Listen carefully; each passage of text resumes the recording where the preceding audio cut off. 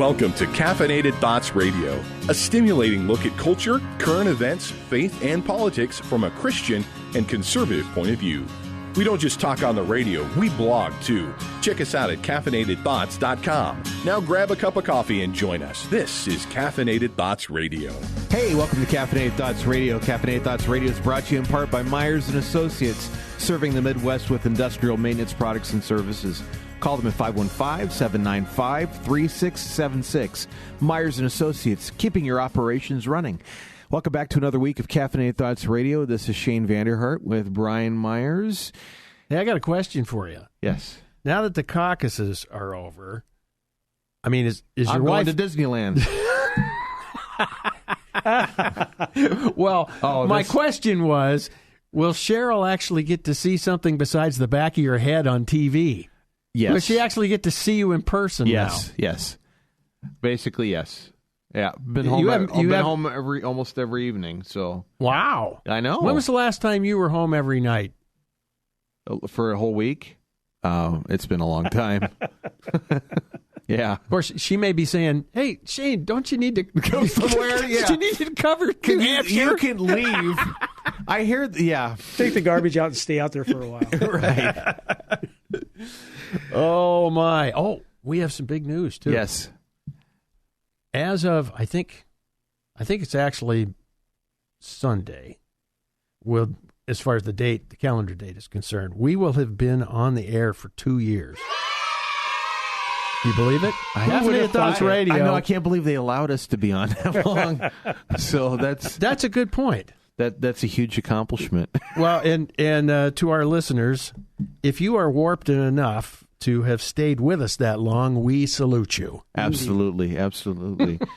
I'd like to, speaking, we talked about the Iowa Caucuses. Obviously, being a weekly show, we're at a disadvantage. We don't get to talk about it the next day. So the news is getting a little stale, but I think we can't have an episode go by and not talk about the results. Oh, so, no, we have to. I wanted to bring on a friend of mine, Wes Enos. He's a campaign veteran and a former member of the Republican Party of Iowa State Central Committee. Wes is a sharp guy. He's been around the block a few times, and he knows campaigns, and he understands the caucuses, so we just wanted to pick his brain. Just everybody knows I'm a Cruz supporter. Wes Enos is a Rubio supporter, so I wanted to bring a little balance to the force here. Well, by the way, Wes, welcome to Caffeinated Thoughts Radio. Wes. Thanks for coming on the show. Well, thanks for having me, guys. I appreciate the chance to be on with you. Not a problem. So I just wanted to, just initially, did this pan out the way you thought? The caucuses? Yes. It did in a way, but it didn't. The pecking order of the caucuses kind of came out the way that I thought it would. I thought there was a bigger possibility that Rubio might actually top Cruz or top Trump as we kind of went forward, just because we saw came pretty close, yeah, in his numbers. So it was that was a very, very close call. The one thing I didn't see was the turnout numbers that came in. I mean, we had 186,000 people showing up for the caucuses. Absolutely. The numbers completely unheard of. And going into the caucuses, we just didn't see the registration of Republicans, any of that pre-registration sort of wave that happened when we saw Obama pull off a massive coup. Right. It was I think the Secretary of State reported maybe a bump of 6,000, I think, in January, something like that. Yeah. Yeah, and it was even going in, I mean, the last couple of weeks it was like 600.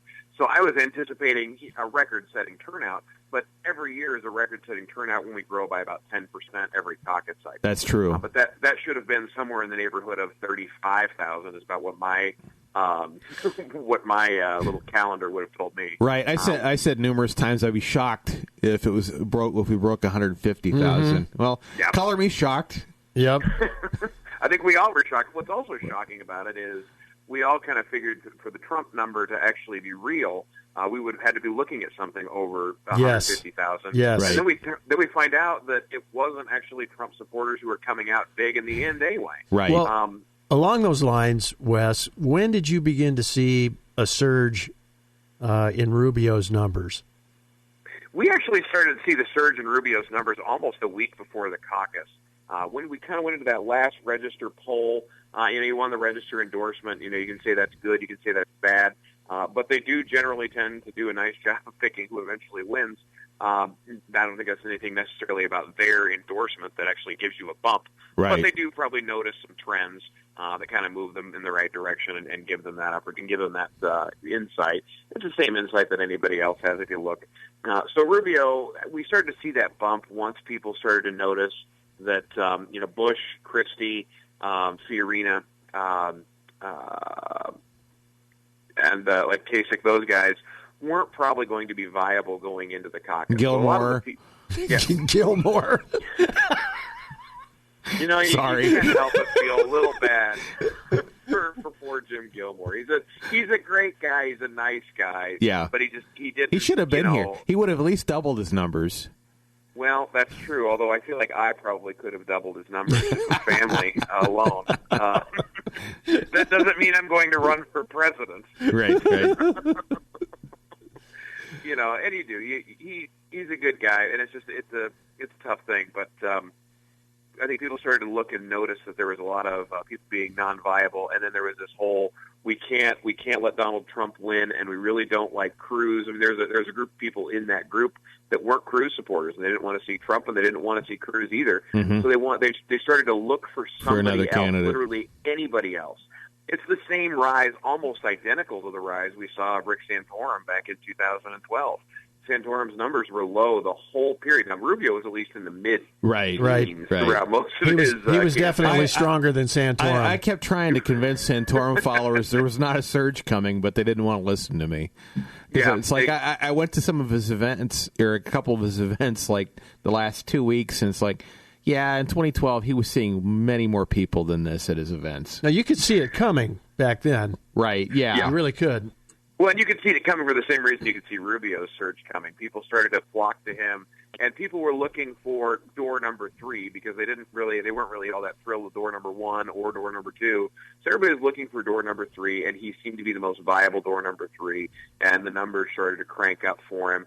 And I anticipated they'd get to about that level. Like I said, I assumed Trump would actually be a little lower because I didn't think turnout would be as high, and I thought the higher turnout we had, the better off things were for Trump. Right. So, and then it turns out, as I'm talking to new people who are just registering in line, it wasn't Trump they were there for. Right. By and large, it was Rubio, it was Cruz, and to some extent, it was even Carson that I talked to a lot of people who they just really liked him. Yeah. And they were showing up, but it wasn't these massive armies for Donald Trump. Yeah, and Cruz, Carson, and Rubio all outperformed polling. Obviously, Rubio did the most, actually outside the margin of error.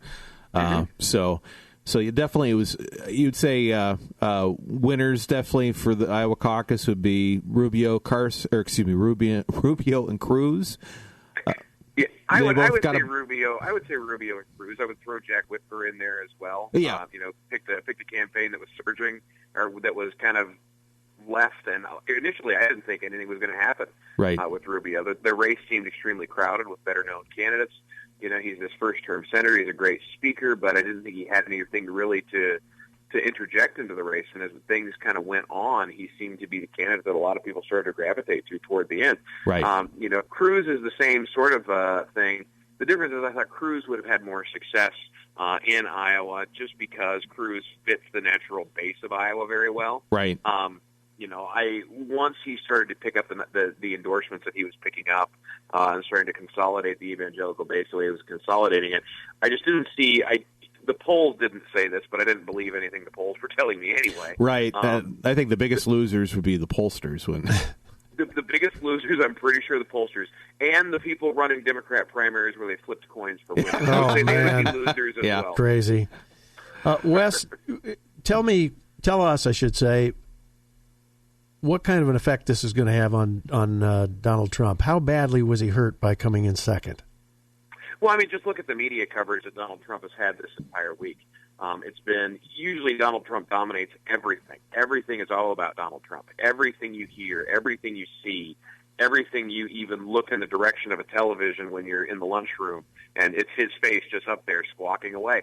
That's not been the case this week. You've seen him completely drop off.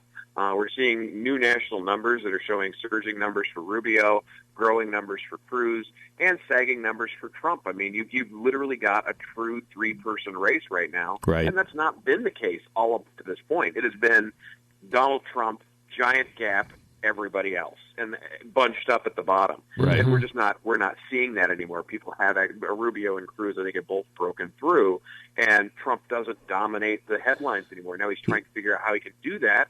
I think he's, used the whole debacle with Ben Carson to try and reinsert his nose back into the headlines by screaming that he was robbed and this must be how I lost the Iowa Caucus. He has Karl Rove in his pocket saying the same thing.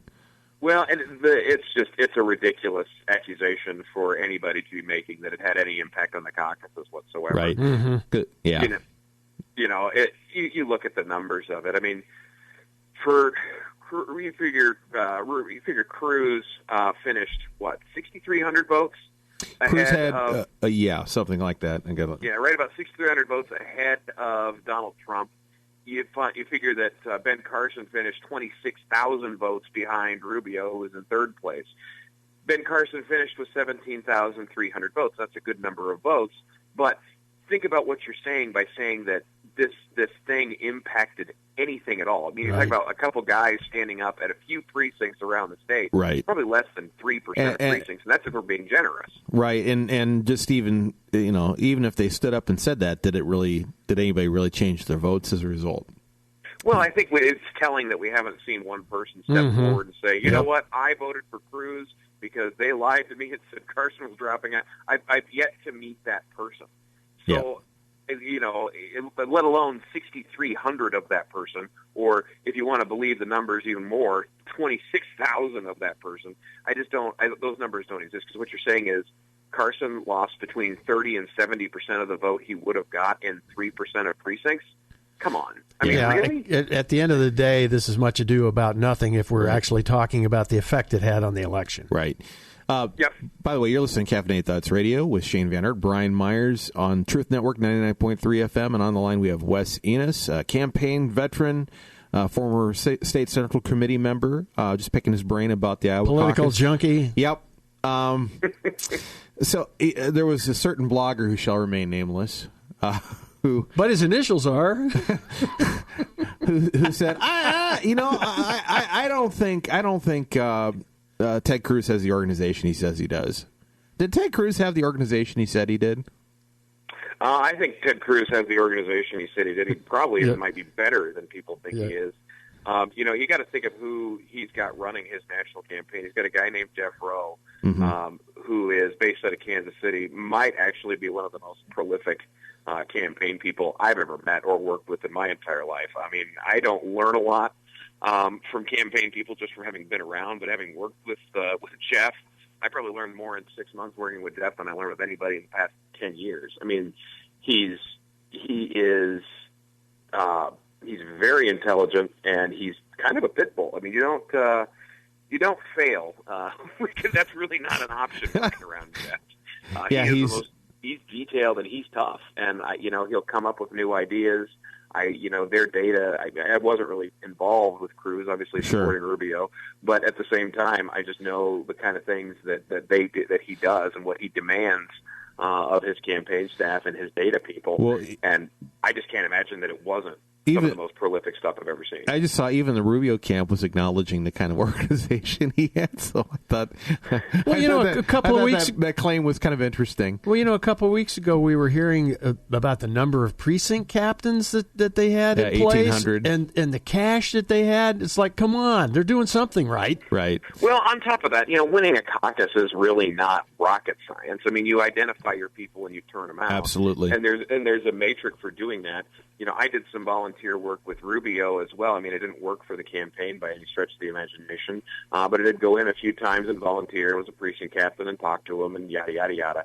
But what I was noticing when I was volunteering with Rubio was they had done the blocking and tackling involved with building a campaign organization just as well as anybody else I'd ever seen. I mean, when we sat down and started calling through lists, they were cleaned lists. I mean, these were people who were identified and were definitely supporting Marco Rubio, and you were getting page after page after page after page of that.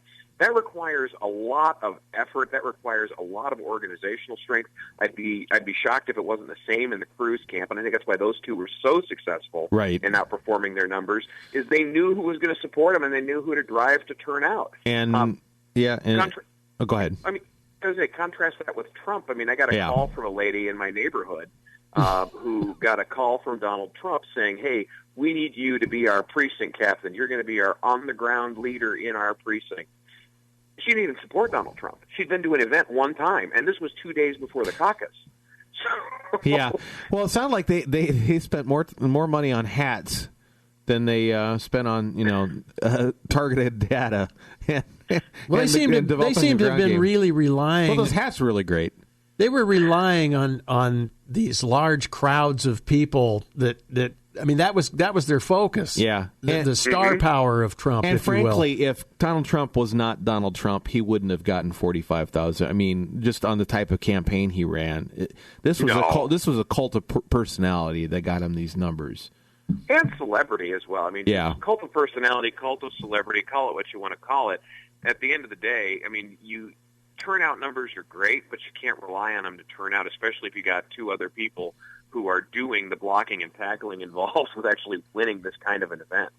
So I struggle to look at Trump and say this was anything but a anomaly based solely on Trump's celebrity. How's he doing down in South Carolina? It's impossible to say. South Carolina and New Hampshire right now, because we're kind of going into this last week. Are you talking about Trump, or are you talking about Trump? Trump. Say before I answer this question, which candidate are you referring to? About 5 seconds. All right, so I think he's doing okay, but we'll have to see how New Hampshire goes. That'll change a lot. It historically has. Yep. Well, this is Caffeinated Thoughts Radio. We'll be back in a moment. Thanks, Wes. Thanks, Wes. Thanks, guys.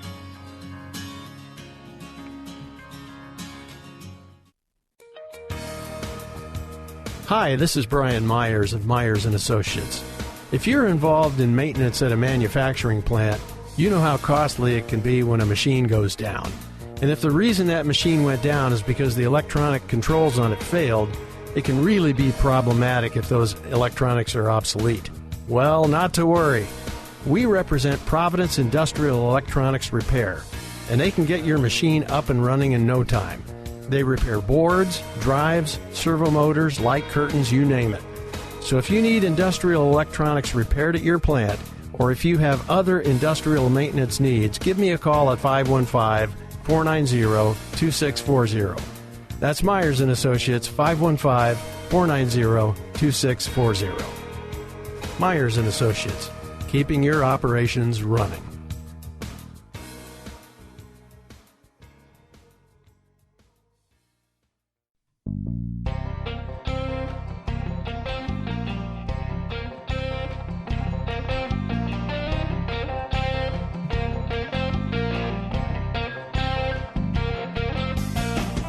Hey, welcome back to Caffeinated Thoughts Radio. Caffeinated Thoughts Radio is brought to you in part by Travis Risvold of Modern Woodmen of America. Call Travis at 515-883-0029, and he can help you find the life insurance you need. So, this is Shane Vander with Brian Myers, and we had a controversy here with the Iowa Caucus.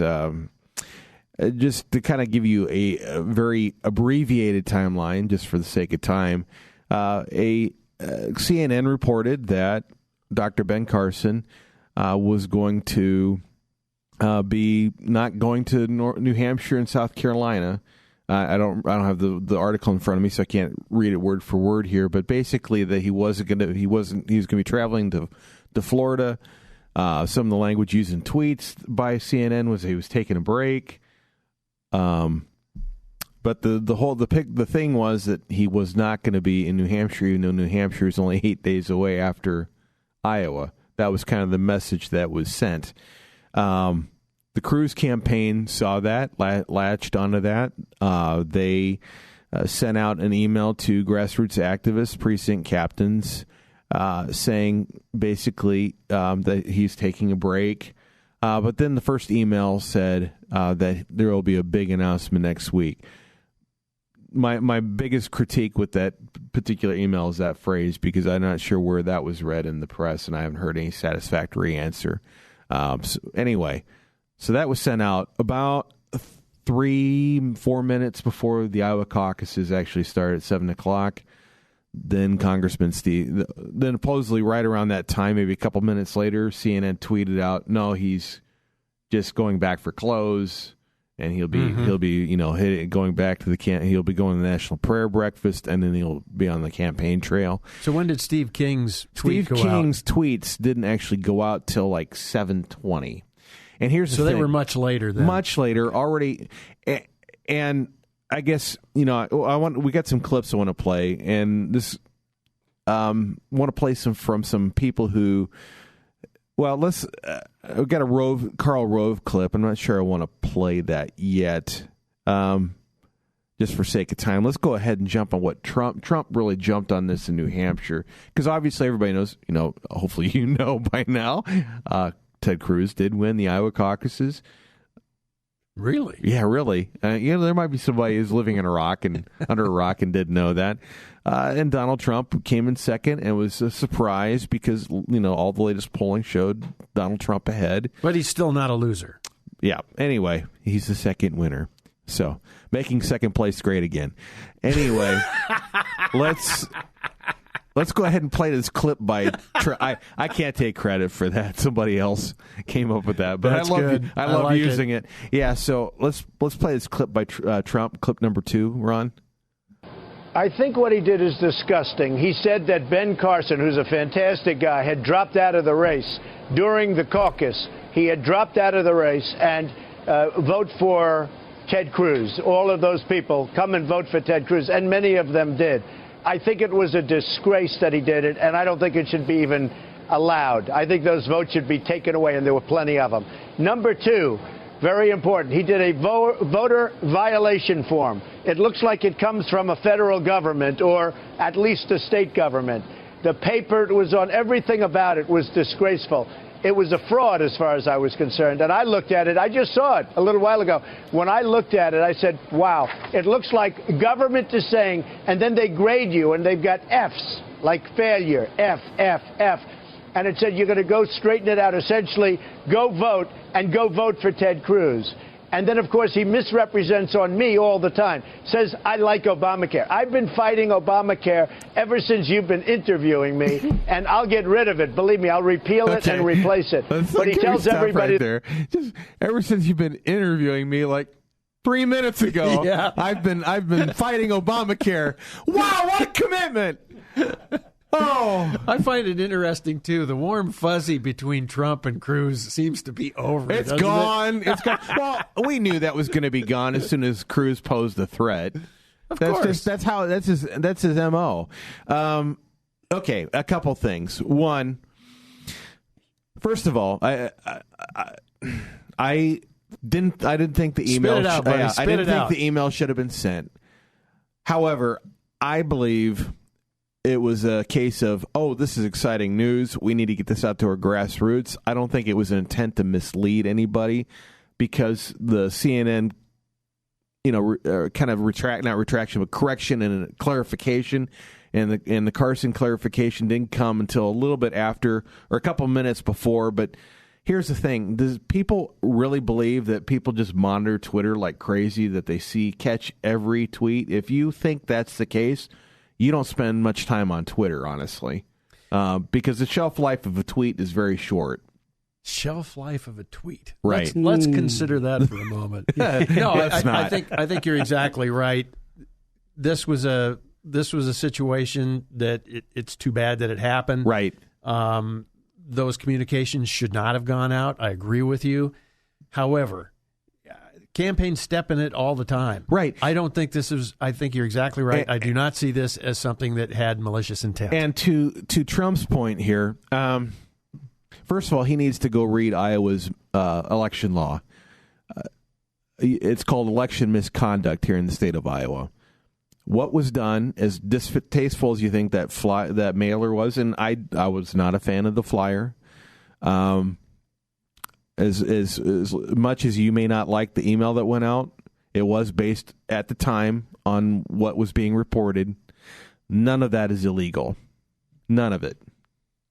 Because in the caucus, you can make a case for your candidate. You can bash other candidates you want. That's generally not recommended, but you can when you speak on behalf of your candidate.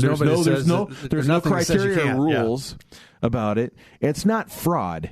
Fraud would be changing votes. Fraud would be, I'm going to throw out these ballots. That's fraud.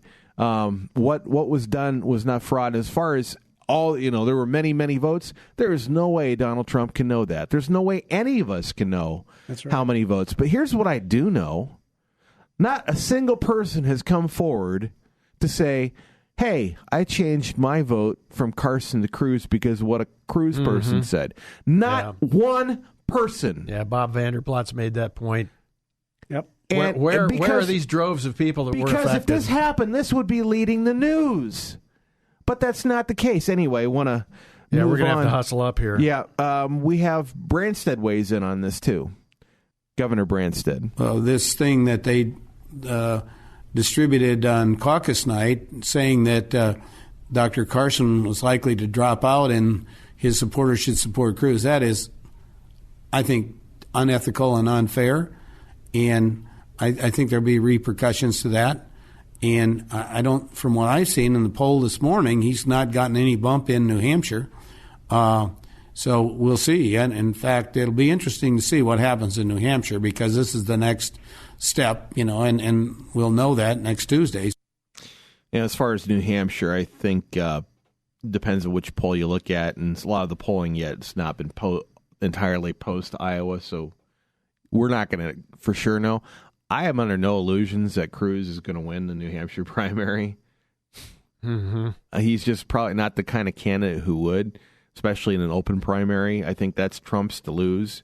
And maybe I would submit that Rubio probably is the candidate that's most likely to derail Trump in New Hampshire. Anyway, as far as it being unfair, if this happened to my candidate, I think I would be upset too. So I'm not discounting Carson supporters being upset by this at all. But there's no surprise here that the governor would make a remark like right, this. because obviously there's no love lost between Governor Branstad and Senator Cruz because Branstad, Cruz was his anti-endorsement. So that kind of discredits a lot of what he says already about Cruz. Cruz did apologize publicly. That's clip 4. Ben Carson is someone who I respect and admire. Ben and Candy have become friends. We've had dinner together more than once, and he is a man of great character and integrity and principle. I really very much admire him. Last night when CNN posted a news report that Ben was not continuing on to New Hampshire, not continuing on to South Carolina, but instead was going to Florida, our political team forwarded it to the members of our team. But unfortunately, they did not then forward the subsequent story that was Ben's campaign clarifying that he was continuing the campaign and was not canceling the campaign. And so I apologize to Ben for that. They should have forwarded that subsequent story. That was a mistake on our part. So it's not like they tried to, sweep it under the rug. He addressed it. He didn't try to hide it. He didn't deny it. This was done. No, but he didn't fall on his sword, and that's what people want. Right. And he's not making other people fall on their sword either. Which is what Carson wants. Let's listen to his response. Well, as Christians, of course, we accept people's apologies, but we also have to ask ourselves, is this acceptable to us, the American people, or should there be some accountability? One of the things that really irritated a lot of people about the current administration during the IRS scandal and other things, nobody ever is accountable. True. Nobody's head rolls. And is that going to be the same culture that we find here? I guess we can stop that for a second. By the way, you're listening to Caffeinated Thoughts Radio, and we're discussing the Carson Cruz brouhaha. So who's head hypothetically is supposed to roll? I suppose Spence Rogers. He's the one that sent out the first email. Maybe he, Carson wants Congressman King to be booted off the campaign as national co-chair. By the way, Congressman King spoke at the Boone Caucus and made no mention of this. I just thought I'd point that out, which you think if he was trying to derail and trying to mislead, that would be a more probably effective place to talk about this than on Twitter, because nobody is monitoring Twitter when you're in the middle of a caucus. Mm-hmm. Okay, we have just enough time. Carson had a press conference, and there's a couple things that came up. You're asking others to make a judgment on whether Ted Cruz is who he says he is. Do you think he is who he says he is? Well, I guess you have to preface that by telling me, who does he say he is? Well, he says his campaign is a revival, which will turn America back to God. He says he's the choice for evangelical voters. Are you saying that they should reconsider their support for him given what you're alleging? I'm saying that evangelical voters, just like everybody else, should listen to what I just said and evaluate a person on what they do, how they treat other people, and that includes myself. I want people to evaluate me on that basis also. Did Cruz apologize to you? Yes, he did. What else did he say? Well, he said obviously he didn't know that people were doing this kind of thing in his organization, and he didn't agree with it. Do you regret announcing that you were going to be going back to Florida and spurring some of this confusion? Well, I didn't make that announcement. I guess somebody talked to other people. Well, your campaign told the press. I didn't say it, so don't blame me. But you're here telling us that people should know what's going on in their campaign and hold people accountable. I mean, Is it? Well, let me ask you this question. All right, we can stop it there. We can stop it there. So, wasn't my fault. I didn't do it. Wait, yeah. I think it's pretty clear that Senator Cruz did not know. Because here's the thing, guys. He was, when this first email went out, he was getting ready to. He was about ready to speak at one of the caucus sites, and he didn't know about this until probably until he was done, because he is busy. It's not like they're whispering in his ear. It's not like he's monitoring his phone when he's speaking. Right. He had no idea. And campaigns run like that. They don't run everything by the candidate. They do have a lot of latitude. I'm not saying, if there was malicious intent, if this was meant to mislead, but then I would say if that was proven by that one of his campaign staff was trying to do that, then yeah, that person should be fired. But if this was just an honest mistake, they're trying to share news, I think we need to chalk it up to they jumped the gun, this miscommunication. And the simple fact is, Carson outperformed his polling. He did well. This did not negatively impact him. Moving on, and they have moved on to New Hampshire. This is Caffeinated Thoughts Radio. We'll be back in a moment.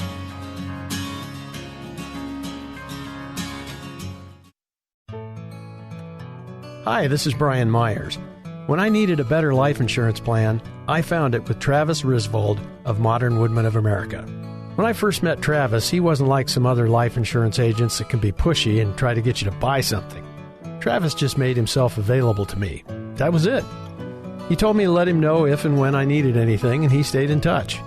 When the day came and I did need to make some changes with my life insurance, Travis met with me and walked me through several options so I could make an informed decision.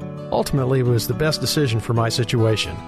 So if you need a better or the best life insurance plan for you, call my friend Travis Risvold with Modern Woodmen. His number is 515-883-0029. Travis Risvold with Modern Woodmen. He can help you find the life insurance you need. Call him at 515-883-0029.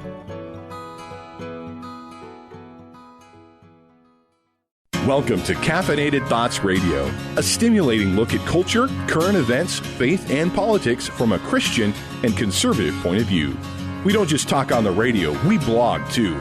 Check us out at caffeinatedthoughts.com. Now grab a cup of coffee and join us. This is Caffeinated Thoughts Radio.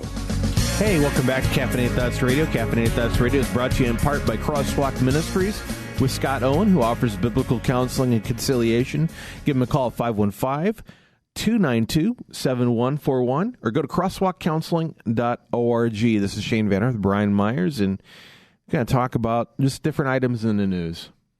Okay, first up on our news rundown, according to Fox News, President Obama will propose a $10 fee for every barrel of oil to be paid by oil companies in order to fund clean energy transport system. The White House announced Thursday, although Republicans were quick to declare the plan dead on arrival in Congress. The fee would be phased in over 5 years and would provide $20 billion per year for traffic reduction, investment in transit systems, and other modes of transport such as high-speed rail. It would also offer $10 billion to encourage investment in clean transport at the regional level. Obama is expected to formalize the proposal Tuesday.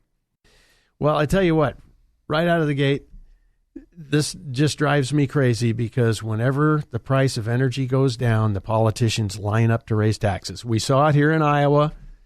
Remember just a year ago or so, the price of oil drops, and our beloved governor says, well, this is a perfect time to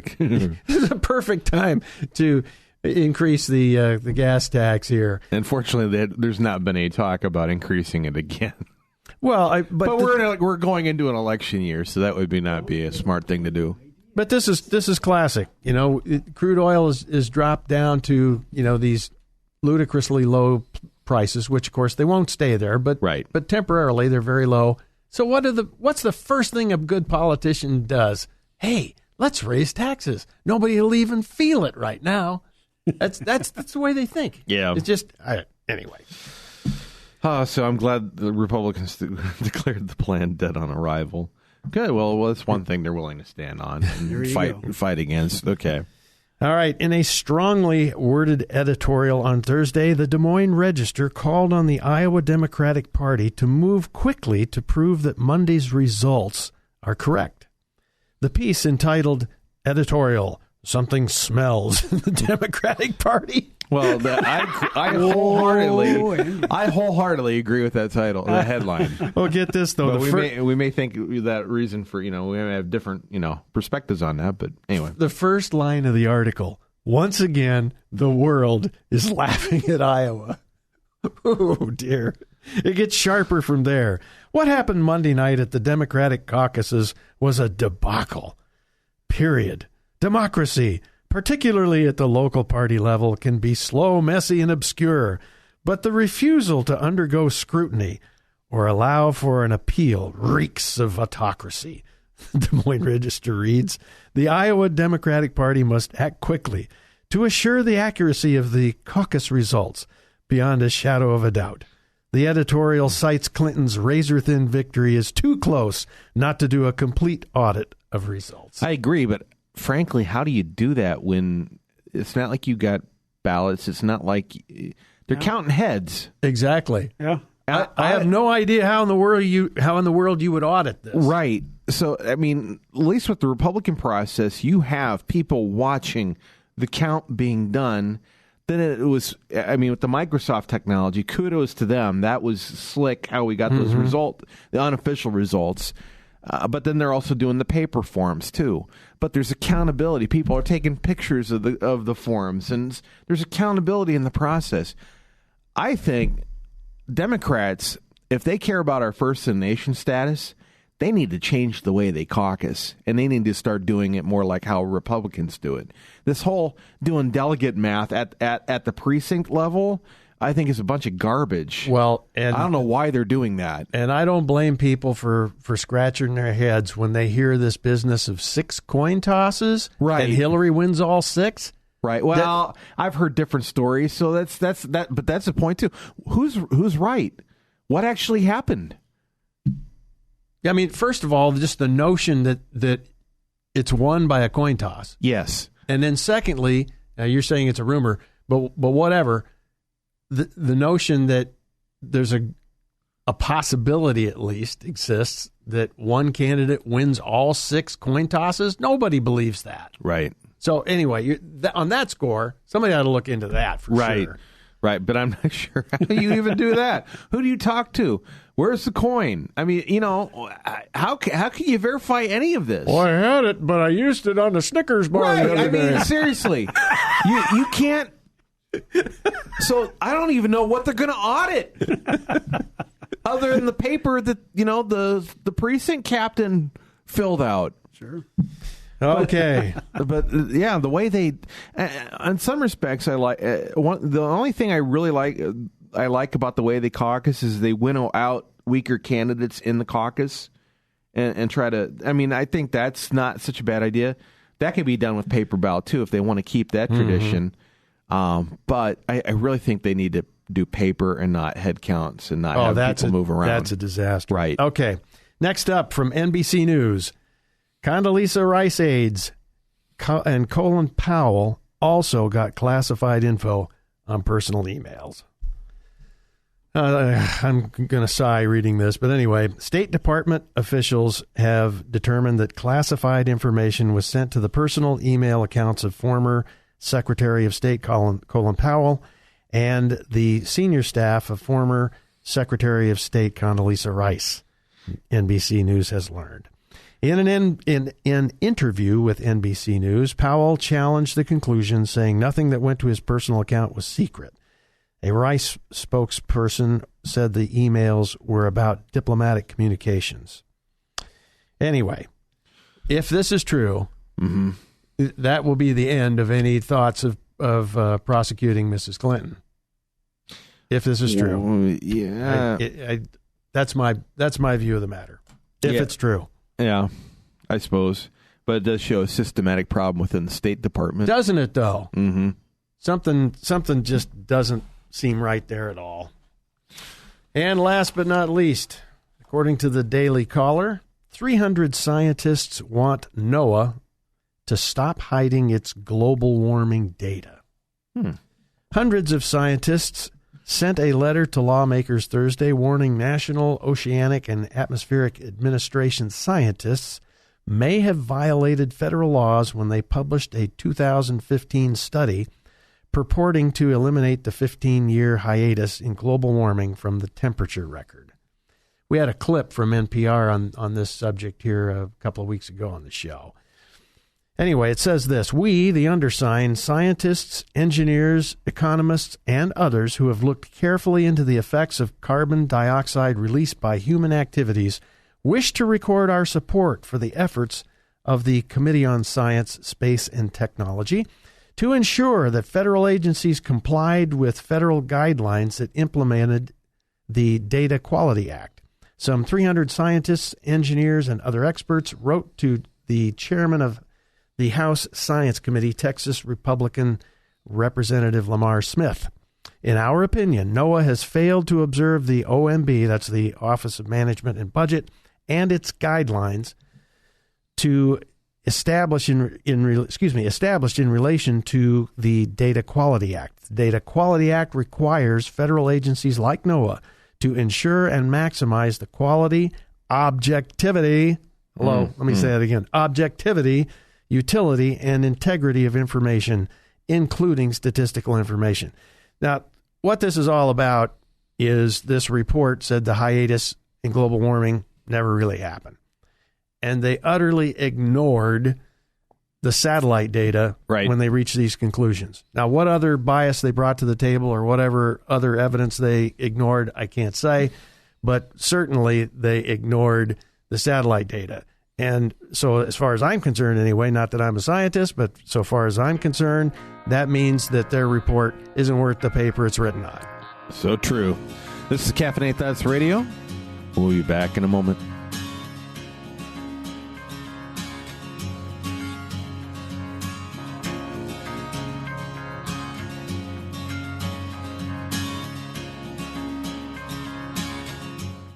Approximately 15 million U.S. residents have their identities used fraudulently each year, with financial losses totaling upwards of $50 billion.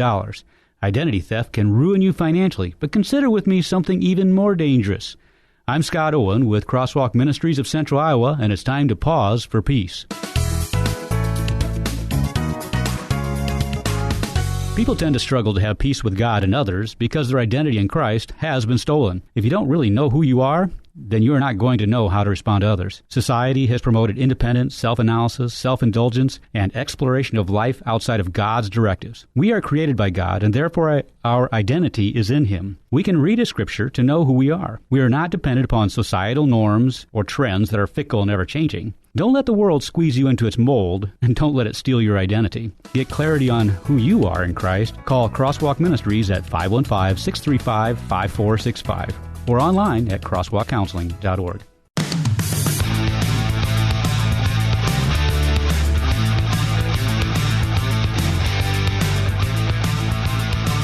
And welcome back to Caffeinated Thoughts Radio.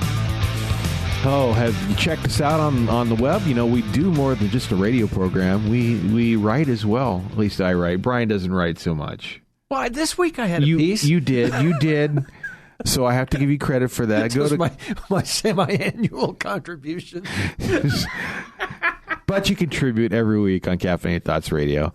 Is that what you call it? Yeah, well, yes. I contribute. You contribute. Ron, what do you think about that? Do I contribute like that. here? I like that. Yes, you do. You do. Yeah. You do. Be sure to go to caffeinatedthoughts.com and check us out. Like us on Facebook. Go to facebook.com/CAF, C-A-F-F, thoughts. Follow us on Twitter, twitter.com/CAF thoughts, C-A-F-F thoughts. We'd appreciate it. That way you can stay updated. Also, you can subscribe to our emails. There's an email form right on the website when you go. That way you never miss an update. So I encourage you to do that. And now... Drum roll here, Ron. That was pretty pathetic. Yeah. Okay. I don't know what that was, but we'll take it. I actually meant a real drum roll. Oh, drum roll here. Oh, well, there you go. Post-production. Why bother with that when we've got these tongue sound effects going on over here? All right. And now... we've come to my favorite part of the show. We're about to share a story that is truly unbelievable. Yet, you know it must be true because... you can't make this stuff up. And ladies and gentlemen, we have a bonus. We have a twofer. No way. Oh, I'm so excited. Okay, this is from Morro Bay, California, from February 4th, UPI. Police in California said Burger King employees who smashed the eatery's windows were acting on the instructions of a prankster. The Morro Bay Police Department said workers at the Burger King received a call late Saturday night from a prankster who claimed to be a fire department official, warning them of a gas leak at the eatery. And the employees, acting on the instructions of the caller, smashed out the fast food restaurant's windows in order to allow the non-existent gas to escape. Video posted to Facebook by witness Brian Jagger shows the employees breaking the windows, and wait for it, and crashing a car through the front doors in a misguided quest for ventilation. My goodness. Can I say this is an argument against fast food workers making $15 an hour? Oh, I would agree. Yes. There you go. Oh, okay. And the bonus entry, folks. Oh, goody. This is from the Telegraph. So this is British news, okay? But it's not about something that happened there. A new tarantula has been found by scientists, apparently.